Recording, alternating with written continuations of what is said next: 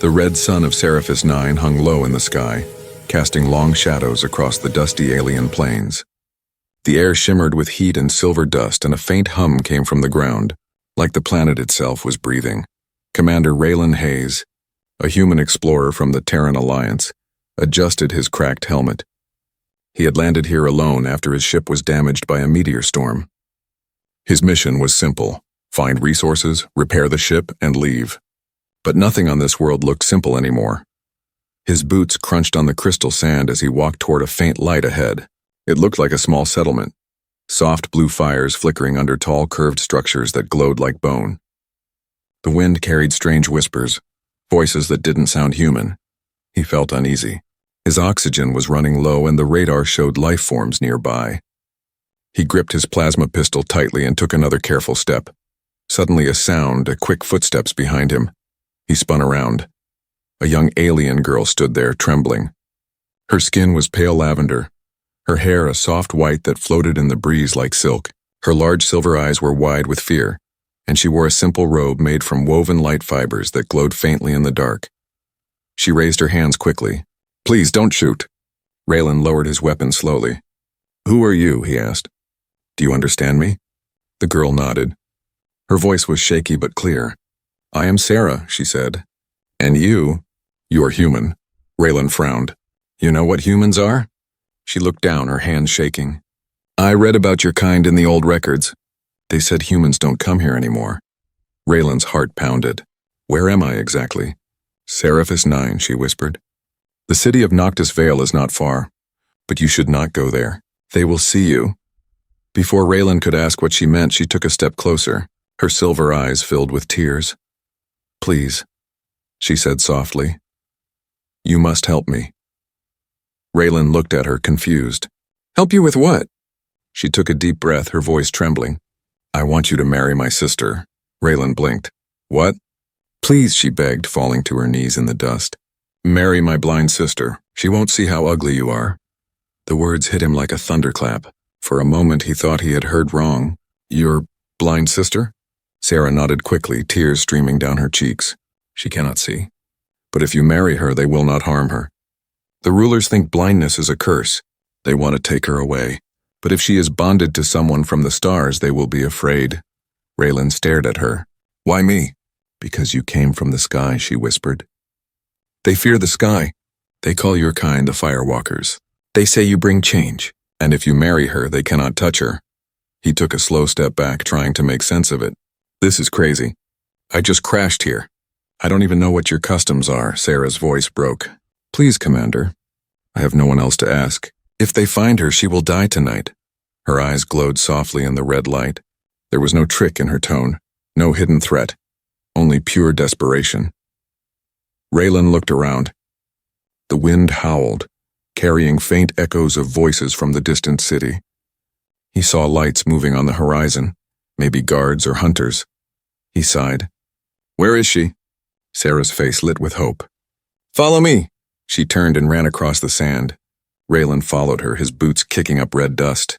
The ground trembled slightly as they passed a broken machine half buried in the earth, a reminder of some old war. They reached a small stone shelter built into the cliffs. Strange glowing vines covered the walls and the air smelled like rain. Inside, the space was quiet and warm. Sarah motioned for him to wait, then disappeared through a curtain made of crystal threads. A soft voice came from inside, gentle, calm, and strange. "Sarah, is that you?"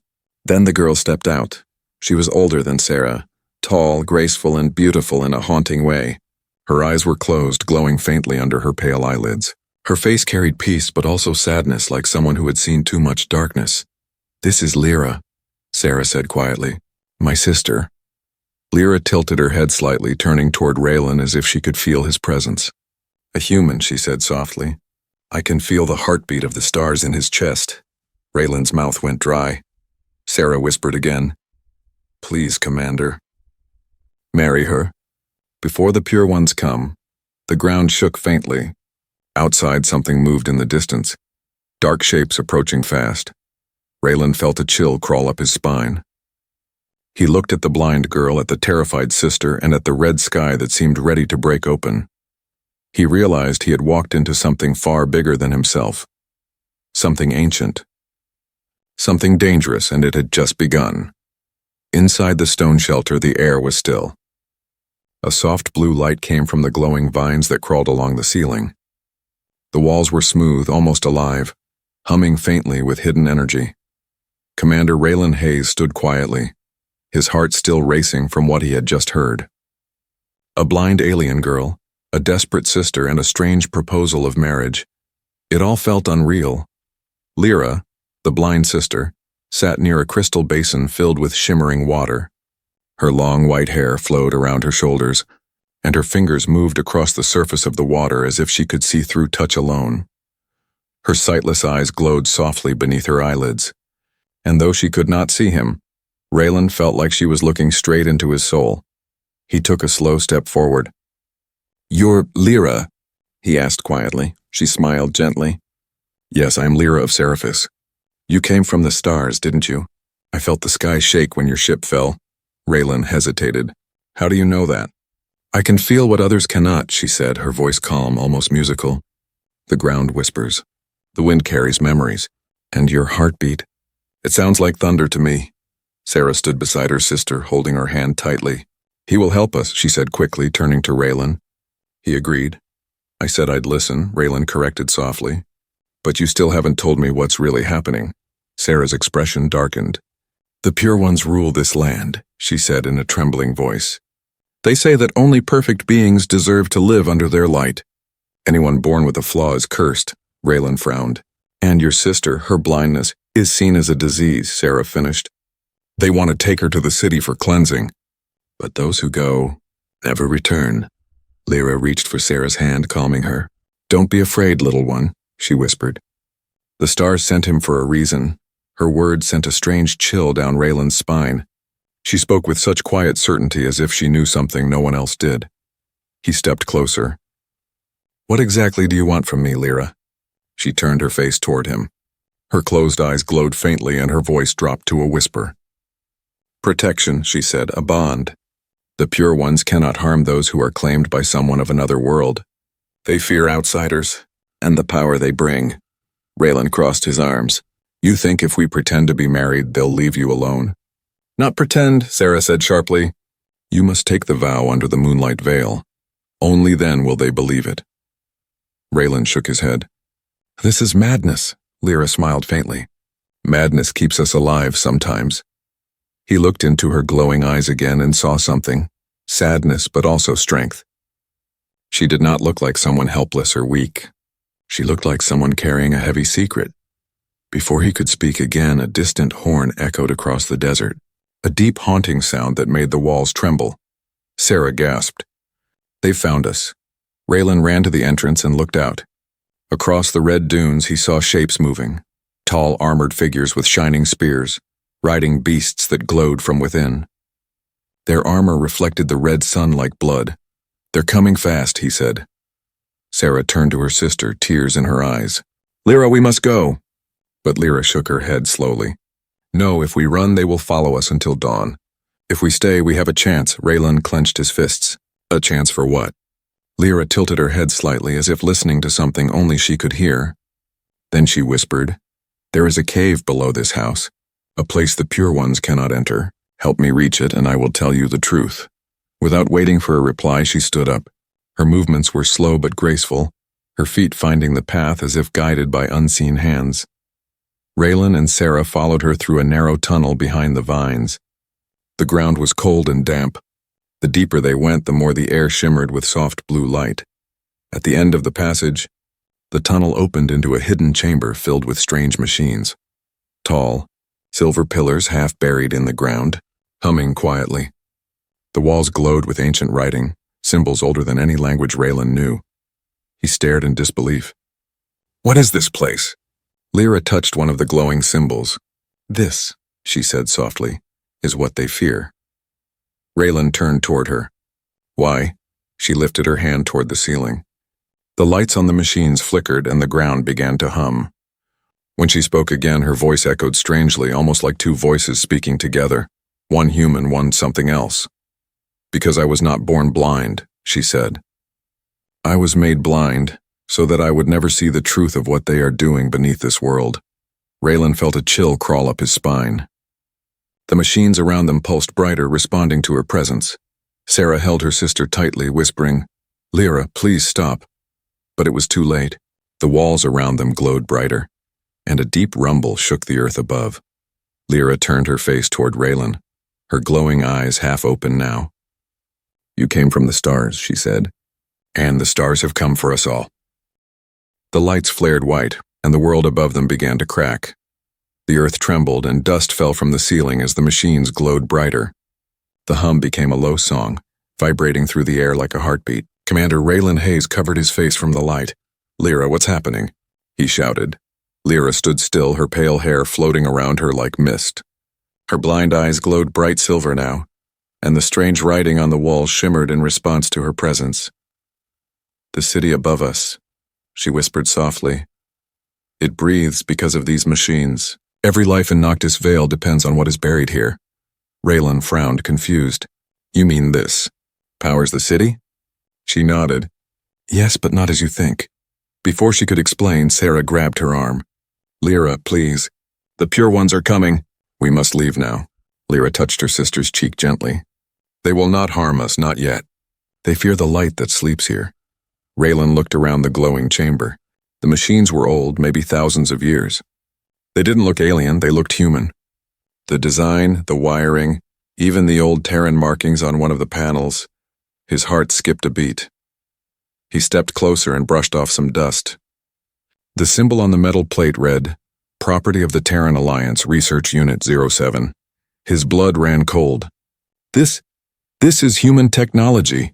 Lyra turned her face toward him. "Yes, long ago your kind came here. They built this city beneath the ground, not knowing the curse they were creating." Sarah shook her head, whispering, "No, Lyra. Don't tell him." They said never to speak of it, but Lyra continued, her voice calm, steady. "The Pure Ones are not from this world. They came later.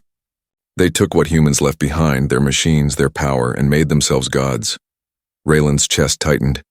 "Gods?" "Yes," she said softly. "They used this energy to shape their bodies, to remove all weakness, all emotion.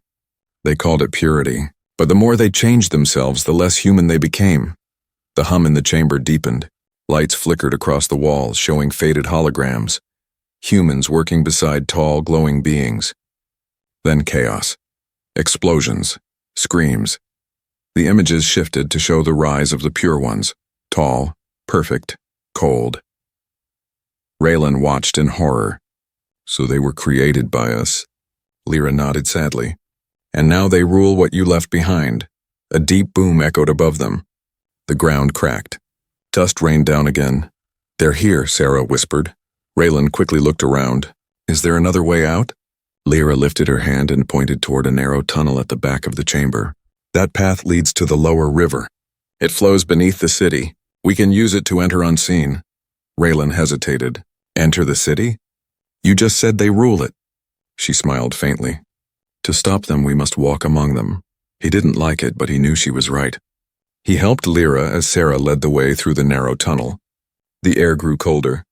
They followed the faint sound of water until they reached a glowing underground stream. The current carried strange lights, tiny orbs floating in the water, whispering faint echoes. Raylan couldn't tell if they were machines or living things. As they followed the river, it curved upward into a stone stairway. At the top, a faint light glowed. They emerged behind a row of metal pillars. Before them stretched Noctis Vale, a city like no other. Tall, smooth towers rose high into the dark sky. Bridges of light connected them. The air shimmered with golden dust, and thousands of alien figures walked the glowing streets. The city looked beautiful, almost holy, but Raylan felt no warmth. Everything was too perfect, too silent. Lyra stood beside him, her blind eyes half open, the light reflecting softly off her face. "This is the city of perfection," she said quietly. "But it is built on bones." Raylan's heart tightened. "What do you mean?" She tilted her head. "Do you feel it? The hum beneath your feet?" He nodded slowly. "That hum is not the wind," she whispered. "It is the sound of sleeping souls. The Pure Ones keep them here. Human minds trapped in the machines that power the city. Their thoughts keep the lights alive. Sarah looked up at him, tears in her eyes. They say the pure ones are flawless, but they steal life to make themselves shine. Raylan clenched his fists. Then we end it. We shut it all down. Lyra turned her face toward him. Be careful, Commander. The city listens. Even now, it knows you are here. Before he could answer, a soft metallic sound came from behind, a whisper, like metal scraping against stone. From the shadows, 3 tall figures stepped forward. Their skin glowed silver, their faces smooth and without emotion. Their eyes were pure white, their movements slow and deliberate. The tallest one spoke in a calm, hollow voice. A blind one, a human, and a traitor. You were warned, Sarah of the Veil. Sarah gasped and stepped back, trembling. Raylan raised his plasma pistol, his heart racing. Lyra stood still, her expression calm. You cannot stop what has already begun, she said softly. The stars have awakened. The silver figure tilted its head, studying her. Then let the stars burn with you. And with a flick of its hand, the entire street exploded in blinding light. The street burned white with light. The blast threw Raylan, Sarah, and Lyra across the ground. Raylan rolled to the side, coughing in the smoke. His armor sizzled, half melted from the blast. He blinked through the haze and saw the tall silver figures, the pure ones, walking calmly through the flames, untouched. Their smooth, glowing faces showed no anger, no emotion, only perfection. Run! Raylan shouted, grabbing Sarah's hand. He pulled her behind a fallen archway. But Lyra didn't move. She stood in the middle of the broken street, her blind eyes open now, glowing brighter than ever before. One of the pure ones stepped closer, raising its shining hand. A beam of light shot toward her. But before it could touch her, it bent, curving away like a river avoiding a stone. The pure one stopped, confused. Impossible, it whispered. Lyra lifted her hand slowly, her voice soft but strong. You took my sight so I could not see your lies, she said. But I see now, through the eyes of every soul you have stolen. The air around her shimmered. The walls of the city began to hum, just like the machines underground. Lights flickered across every tower. For a brief moment, the pure ones stepped back as if afraid. Raylan stared, speechless. What is she doing? Sarah's voice shook. She's remembering. The machines, they were made to hold the minds of humans. But Lyra's mind can touch them. She can feel all of them at once. Raylan's pulse quickened. You mean she's connected to every trapped soul? Sarah nodded, tears on her cheeks. That's why they blinded her. She saw everything, the truth of what they were doing. They thought if she couldn't see, she couldn't awaken the others. The ground trembled. The pure ones advanced again, their silver armor gleaming. Lyra whispered something in a language Raylan didn't understand. The air rippled. The walls began to bleed light. Raylan grabbed Sarah's arm. We have to move before this place collapses. Sarah hesitated. No, Lyra can stop them. She just needs time. Raylan looked back at the blind girl, standing like a living flame in the ruins. He could feel the energy radiating from her. It wasn't heat, it was something deeper, something alive. He turned to Sarah. If she keeps going, she'll kill herself. Sarah's voice broke. She already knows that. The words cut deep. Lyra turned her head slightly as if she had heard them. Her voice drifted through the air, calm and clear. Don't be afraid. Death is only a door. I have seen what waits behind it. Then she lifted her hands toward the towers. All across Noctis Vale, lights began to flicker wildly. The city's perfect calm broke. Windows shattered. The streets cracked open. The hum grew into a scream, the sound of thousands of trapped minds waking from endless sleep. The pure ones staggered back. Their glowing eyes dimmed. Raylan stared in awe. She's freeing them. Sarah pressed her hands to her heart, whispering prayers. She's giving them back their light. Then suddenly silence. The hum stopped. The light faded. Smoke curled through the air. Raylan rushed forward. Lyra was on her knees, breathing hard. Her glowing eyes dimmed to a faint silver. He knelt beside her. Lyra, stay with me. She smiled weakly. The souls. They are free now. They remember who they are. Behind them, the city began to change. The towers, once silver and perfect, were turning dark, cracking apart like glass. The pure ones screamed as their light faded. They fell to the ground, their bodies dissolving into dust. Sarah ran to her sister, falling beside her. You did it, Lyra. It's over. But Lyra shook her head. No, not yet. The city still breathes. The core is still alive, Raylan frowned. The core? Lyra reached out, touching his chest. Beneath the central spire. That is where the first machine sleeps. It feeds on the trapped energy of every mind it ever took. If we don't destroy it, the pure ones will rise again. Her voice grew weaker. I can show you. The way. Raylan held her hand tightly. No, you've done enough. You need rest. She smiled faintly. You don't understand. I am part of the machine now. It listens to me. Sarah began to cry softly. Lyra, please don't. But Lyra turned toward her sister. You must help him. I will guide you both, but once the core dies, I will fade with it. Raylan felt his throat tighten. There must be another way. She shook her head gently. There isn't. My blindness was never a curse. It was a shield. It stopped me from seeing the pain of those trapped souls. Now I see them all. Her voice grew soft. They're calling to me. Above them, the city's main spire began to glow red. Lightning-like energy cracked through the sky. The hum returned, louder than before, deeper, like the planet itself was angry. Raylan helped Lyra stand. Then let's finish it. Show me where to go. Lyra turned her face toward the burning horizon. The heart of Noctis Vale, she whispered. That is where all light begins and ends. The wind howled. The red sun was setting. Raylan tightened his grip on his weapon. Sarah held her sister's hand.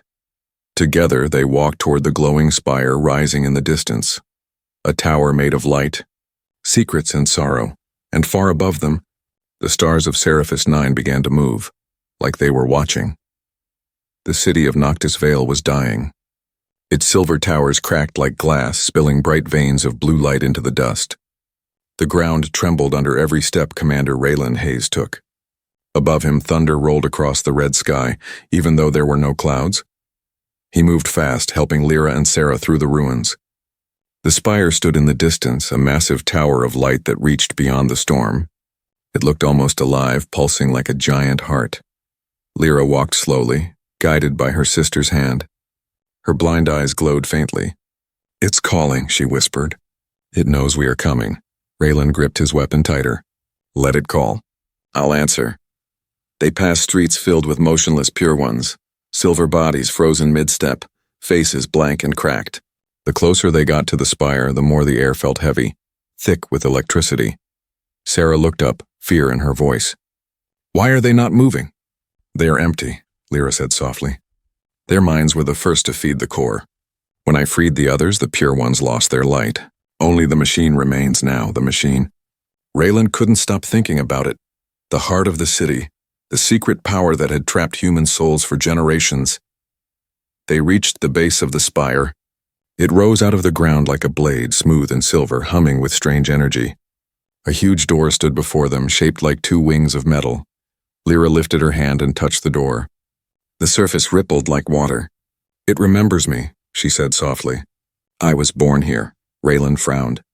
Born here? What do you mean? Lyra smiled faintly, but her voice trembled. When the humans first came, they used this place to study life energy, the soul itself. They built machines to store it, to copy it. I was one of their test children. Sarah's eyes widened. Lyra, no, don't say that. But Lyra continued, her tone calm and sad. The scientists called me Project Halo. They wanted to see if a living being could carry the energy of many minds without dying. But I did die again and again, until they changed me. Raylan stepped back, stunned. You're saying you're not fully human? I'm what they made to bridge two worlds, she whispered. Half flesh, half memory. My blindness was not natural, it was a seal.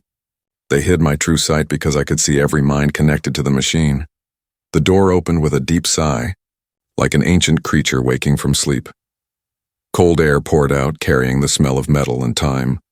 Inside was a vast hall filled with tall glass tubes stretching into darkness. Each tube held a faint blue light, tiny human shapes floating within, still and silent. Sarah gasped. What are they? Lyra's voice shook. The lost ones. Every human who came here was taken by the core. Their bodies died, but their thoughts remained, to power the city, to feed its gods. Raylan walked slowly between the tubes. He stopped suddenly, his heart skipping a beat. Inside one of the capsules, a human face. Familiar. He pressed his hand against the glass. His throat tightened. No, it can't be. Sarah looked at him. Who is it? Raylan's voice broke. My brother, Captain Darren Hayes. His brother's eyes were closed, his body suspended in glowing fluid. A faint pulse of light moved through the wires connected to his skull. He went missing 5 years ago, Raylan whispered. He was part of the expedition that disappeared near Seraphis 9. Lyra lowered her head. Yes, the Pure Ones found their ship. They took every soul, every thought to keep the core alive. Raylan's hands shook with rage. Then we end it, now, Lyra nodded. At the center of this hall lies the core. But be careful, it knows you, Commander. It has touched your memories. They walked deeper into the hall. The lights flickered and strange whispers filled the air. Echoes of voices crying, laughing, calling names. Finally, they reached a round chamber. In the middle stood a massive sphere of glowing metal, wrapped in black cables that pulsed like veins. The surface shimmered with moving faces, human faces, appearing and fading like ghosts. Raylan felt the hair on his neck rise. That's it. The core. Lyra stepped forward, her eyes glowing brighter now. Yes, the heart of Noctis Vale. It is alive, fed by every memory, every soul. It dreams, Commander, and in its dream it believes it is saving us. The sphere shifted and a deep voice filled the room. Do not destroy me, child. Without me, all life here will end. Sarah screamed softly. It can speak. Lyra's tone turned cold. It does not speak. It remembers. It uses the voices of those it consumed.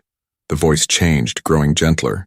Lyra, my daughter, you were born from my light. I made you perfect. Raylan raised his weapon. Don't listen to it. Lyra's face twisted in pain. The voice was warm, familiar, almost loving. Stay with me, my child, it whispered. You are my heart. Lyra looked at Raylan, her expression torn. It calls me daughter because I was made from it. I am its last link to humanity. Raylan stepped closer, eyes burning. Then use that link to end it. Lyra closed her eyes. Her voice was barely a whisper. To end it, Commander. I must end myself. The sphere pulsed brighter, the faces screaming in fear. The ground shook as the machine realized what she meant to do. Raylan grabbed her shoulders. No, we'll find another way. Lyra smiled faintly. There is no other way. The city dies with me. And when it does, your brother and all the others will finally be free. Her glow intensified. The air filled with light. Sarah cried out, holding her sister's hand tightly. The machine screamed, a sound like the sky breaking apart, and then silence. The spire's light faded. The hum stopped. Noctis Vale began to fall. The world was quiet. Too quiet. The great city of Noctis Vale, once bright with silver towers and humming energy, now lay in ruins. The glowing spire had gone dark. The light that once painted the red sky had vanished, leaving only drifting smoke and silence. Commander Raylan Hayes woke to the taste of dust and blood. His ears rang. The ground beneath him was cracked and hot, pulsing faintly, as if the earth itself was alive but dying. He blinked through the smoke. Lyra, he whispered. No answer. He pushed himself up and looked around. Broken glass, twisted metal, and shattered machines stretched as far as he could see. Sarah knelt nearby, her face streaked with tears and soot. She held her sister in her arms, Lyra's pale body limp and still, her white hair glowing faintly in the dark. Raylan's heart sank. He stumbled toward them. Is she? Sarah shook her head, sobbing quietly. She's breathing, barely. He dropped to his knees beside them. Lyra's eyes were closed. Her face was calm, peaceful, but her body seemed to fade with each breath like she was turning into light. What's happening to her? Raylan asked. Sarah wiped her tears. She gave everything to stop the core. The power inside her is leaving. It's going back to where it came from. A deep hum began again. Soft, low, not from the city, but from beneath the ground. The air shimmered. Blue light flickered between the ruins, dancing like ghostly fireflies. Raylan looked around. What is that? Lyra's voice came faintly, so soft it was almost a whisper. They are waking up. Sarah gasped and looked down. Lyra, you're alive! Lyra's lips curved into a weak smile. The souls, the ones trapped in the machines, they are free now. They are rising. Raylan turned and saw shapes forming in the light, human figures transparent and glowing. Hundreds of them floated above the broken city. Their faces calm, their eyes bright like stars. Their minds are going home, Lyra whispered. They will become part of the stars again. Sarah looked in awe. She really freed them. But Raylan could see something else in the sky. Storm clouds swirling in strange patterns, flashes of red lightning tearing across the horizon. The planet itself seemed to twist. Something's wrong, he said. The city's collapse might be breaking the planet apart. Lyra nodded faintly. The machines were part of the planet's core. Without them, Seraphis 9 is waking too fast. It's been asleep for centuries. It doesn't remember how to breathe. The ground cracked beneath them, opening glowing fissures of blue fire. Heat rose in waves. Raylan gritted his teeth. We have to get out of here! He lifted Lyra carefully in his arms. Her body felt weightless, as if made of light instead of flesh. Sarah followed him as they ran through the ruined streets, dodging falling debris. All around them, the freed souls drifted upward, humming softly like a choir of distant stars. Their light grew brighter, painting the dark sky in streaks of gold and silver. Raylan stumbled but kept going. There has to be a ship, anything that flies. Sarah pointed toward the east. Your vessel, where you landed. It's beyond the dunes. They raced toward the open desert, the burning city fading behind them. The red sun was sinking fast, swallowed by the storm. Raylan's lungs burned. Every breath was heavy with dust. When they finally reached the edge of the cliffs, his ship came into view, broken but not beyond repair. He laid Lyra gently on the sand. Her skin shimmered faintly now, the glow under her skin stronger than ever. Sarah knelt beside her. Don't leave me, sister. Please. Lyra opened her eyes. They were pure white light. She reached for Sarah's face and smiled softly. Don't cry. You will see me again, in every light that touches your world. Raylan felt a lump in his throat. We can still save you. My ship's medbay. Lyra shook her head slowly. I am not dying, Commander. I am changing, the air trembled. The freed souls above them formed a spiral of light swirling into the sky. They gathered around Lyra, their energy flowing into her. Sarah gasped. They're merging with her. Lyra's hair floated in the wind, her body glowing brighter until it was hard to look at her. The wind grew stronger, lifting sand into the air. Raylan shielded his eyes. Lyra, what are you doing? Her voice echoed now, not from her lips, but from everywhere. Gentle, powerful, full of peace. I was created from the stolen souls of humans. Now those souls have chosen to live again. Through me, I will become the guardian of this world. Seraphis will live because of them, Sarah sobbed. But what about us? The wind calmed. Lyra smiled faintly. You will live, and you will remember. Her light grew so bright that everything disappeared. The sand, the ruins, even the sky. When the light faded, the city was gone. The red sun rose again, but now the air was clean and golden. The once dead land shimmered with new life. Strange flowers bloomed through the cracks. Sarah stood beside Raylan, holding his hand. Her sister was gone, but her voice lingered in the wind. Every ending is only another beginning. Raylan looked at the horizon. A faint shape floated above the new morning, a glowing figure. Rising into the stars, he whispered, Goodbye, Lyra. And for the first time since landing on Seraphis 9, he felt peace. The first dawn of Seraphis 9 in centuries came quietly. No thunder, no trembling sky, only stillness. The red sun, once dull and heavy, now shone bright gold, washing the desert in warm light. The air was soft, no longer filled with the hum of machines or the cries of the dying city. Commander Raylan Hayes stood on a rocky ridge, his gaze fixed on the horizon where Noctis Vale had once stood. Now there was nothing but gentle hills of silver dust and faint blue flowers blooming where ruins used to be. The world was healing, but his heart wasn't. He turned when he heard footsteps behind him. Sarah climbed the slope slowly, her pale hair fluttering in the wind. She looked tired but peaceful, her eyes reflecting the morning light. She's really gone, Raylan said quietly. Sarah nodded. Not gone, she whispered. Changed. They stood together in silence for a moment, the wind whispering softly around them. The faint hum that once haunted the planet had vanished. In its place was birdsong, gentle, fragile life returning to a world that had forgotten it could breathe. Raylan looked up at the sky. High above, faint lights shimmered like stars, but they moved, swirling in soft patterns. The souls, he murmured. They're still here. Sarah smiled through her tears. They became part of her, and she became part of everything. He closed his eyes. remembering Lyra's final words. Every ending is only another beginning. The phrase echoed in his mind like a heartbeat. That night, Raylan sat near the remains of his ship, working under a dim lantern. The hull was cracked, the engine damaged, but he was slowly rebuilding it. The planet was quiet, almost too peaceful. Then something flickered across the sand, a small glowing sphere drifting toward him like a firefly. He stood up, watching it curiously. The light pulsed soft and rhythmic. When it came close, it began to change shape, becoming almost human. Slender, graceful, familiar. It was Lyra. Her form was made of pure light, but her face was the same, calm, kind, and full of quiet strength. Her eyes glowed like twin moons. "Lyra," he breathed. She smiled faintly. "You kept your promise, Commander." He took a step forward. "You're alive?" "In a way," she said softly. "I am no longer bound to one body. I am part of the world now, its breath, its light. When the wind moves, I move.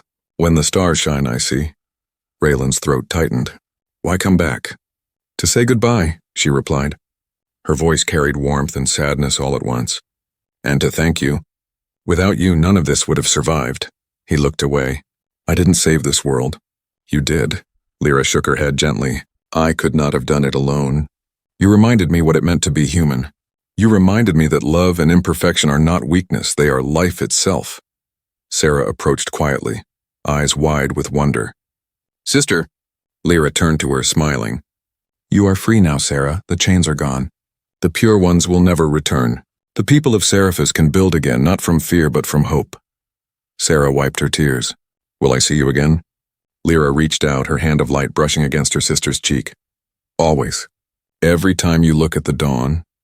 The moment shimmered like glass in sunlight. Raylan felt something shift inside him, an ache and peace mixed together. "What happens now?" he asked quietly.